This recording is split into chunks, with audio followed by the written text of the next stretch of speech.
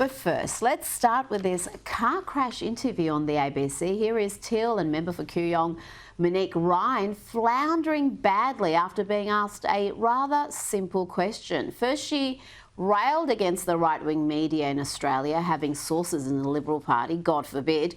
And then she failed to answer a straightforward question about transparency and integrity. Much of what is put into the press, and the right-wing press in particular, has been fed to it by my political opponents. Well, OK, but we're talking about paying, we're actually paying for content.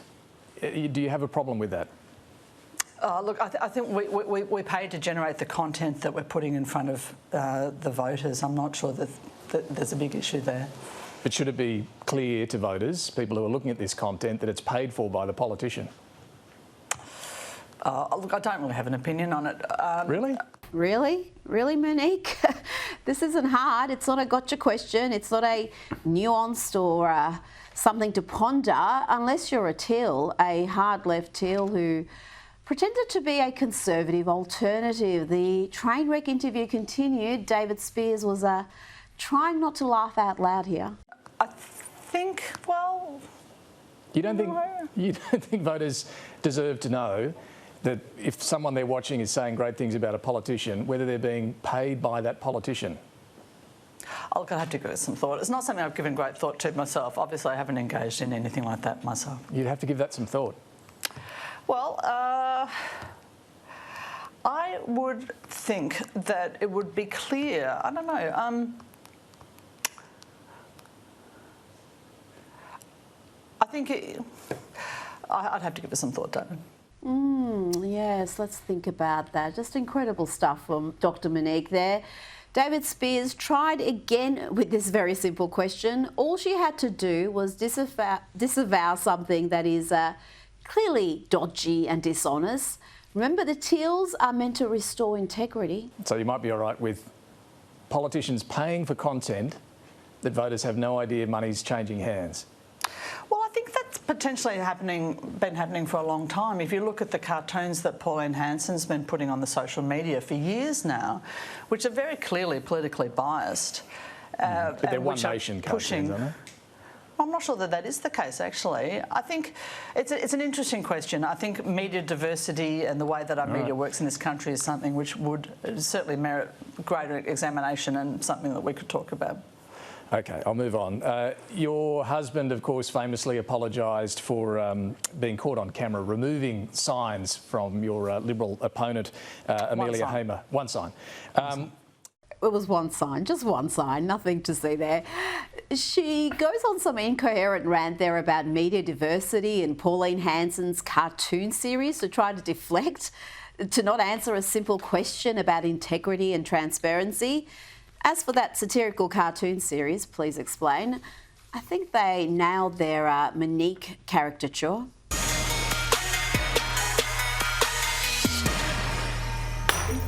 Sully, why aren't I Prime Minister yet? Monique, you've been in the public service for like 2 days. It should be me. I should be in India. It's a massive man character. I should have a dot on my head. And where's my invite to the King's coronation? Joining me now for more on this is News Corp senior writer Patrick Carlyon. Patrick, that was a mess. That was not a good moment for Monique Ryan. That was painful to watch, wasn't it? I mean, how many times can you dance around a very simple question like that? She's there because of, supposedly transparency and integrity. Here's a gross example of something that was intransparent and wasn't above board. Even the Greens have called out. Even the Greens have called it out, as have the mainstream parties. This was not a hard question, and she really got caught out, didn't she? I mean, she just didn't know what to say. It was painful to watch. I mean, they're supposed to be independents. They keep telling us there's not this group who is a political party. We know Simon Holmes, the court, devotes all sorts of funding to them, but surely you can say, yes, she may be a colleague, but I think she made a mistake here, and it's not a decision I would make. Sticking with the election campaign, economists have warned that the campaign has turned into a dangerous spending competition between the major parties, with both Labor and the Coalition bribing voters with schemes worth billions of dollars as their otherwise lacklustre campaigns fail to gain traction. And Patrick, there are growing fears that competing election promises on housing in particular are tinkering while our creaking system lurches towards collapse. That's a direct quote. We can ill afford this sort of spendathon, can we? We've got inflationary pressures to consider and record debt. That's right. Somebody worked out that if you added together the cost of these proposals by Labor and the coalition, you're looking at $24 billion between them for something that economists say is not going to work. These measures are not going to make it easier for first home buyers. It's just going to push up the price of houses.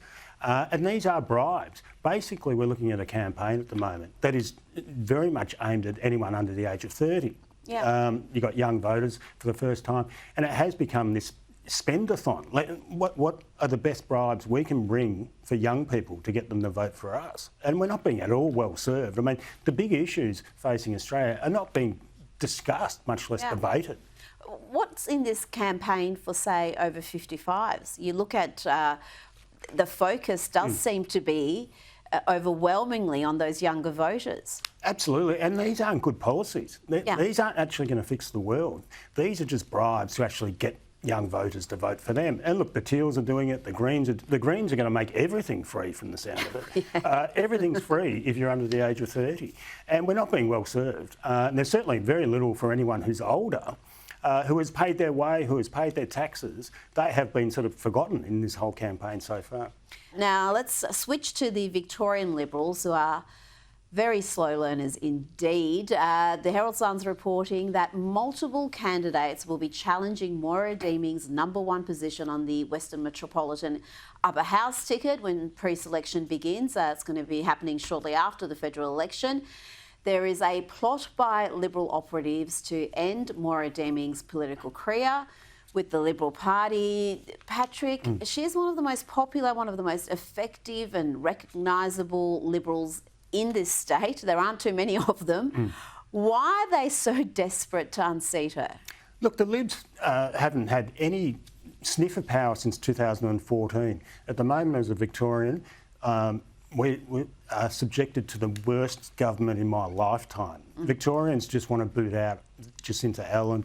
A head of lettuce would get elected ahead of Jacinta Allen tomorrow. But the Liberals at the same time are too busy fighting themselves. They haven't actually been a credible alternative for more than a decade. And now this Moira Deeming business, it should have been resolved in a day, maybe 2 days, but instead we had a defamation case. We saw the opposition leader, John Pesciuto, knocked out as a consequence of that. They're too busy fighting themselves. And we are actually being poorly served by an opposition that is too busy fighting with itself. And I have said all along, one of the reasons we've had such a poor government in this state is that we've got such a poor opposition. They haven't held them to account, and here we are. Now, finally, Patrick, we're talking about the Greens. Let's meet one of their candidates. Meet Avery Howard, the Greens candidate for Fowler. Goes by they, them pronouns, of course he does. Self-described queer anti-poverty advocate and retail worker. Avery has signed up to an Australian Palestinian advocacy network initiative and vowed to support a complete and permanent ceasefire in Gaza and all sorts of other anti-Israeli policies, an end to Israel's blockade on Gaza, illegal occupation and apartheid, targeted sanctions and an arms embargo against Israel, many other things. I thought this was parody when I saw that. I mean, the level of ignorance to be advocating for a regime that would literally kill you. I mean, you would not go into Gaza looking like that with Hamas in charge. You wouldn't even go into the West Bank looking like that. That's off the charts. It's an affront to truth and to decency, and it's totally wrong. And it's getting more and more offensive. Absolutely. Patrick, Carlyon, thank you for your time tonight.